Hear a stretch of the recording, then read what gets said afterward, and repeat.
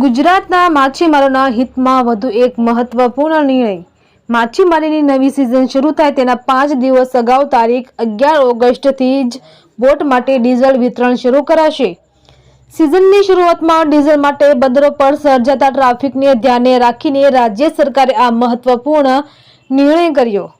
માછીમાર સંગઠનો દ્વારા રાજ્ય સરકારને કરવામાં આવેલી રજૂઆતને હકારાત્મક વાચા આપતા મત્સ્ય ઉદ્યોગ મંત્રી શ્રી રાઘવજીભાઈ પટેલના માર્ગદર્શન હેઠળ વધુ એક માછીમાર હિતલક્ષી મહત્વપૂર્ણ નિર્ણય કરવામાં આવ્યો છે। આગામી તારીખ 16 ઓગસ્ટથી નવી માછીમારી સિઝન શરૂ થવા જઈ રહી છે। ગુજરાતના જુદા જુદા વિસ્તારોમાંથી અનેક માછીમાર આગેવાનો અને સંગઠનો દ્વારા રજૂઆત કરવામાં આવી હતી।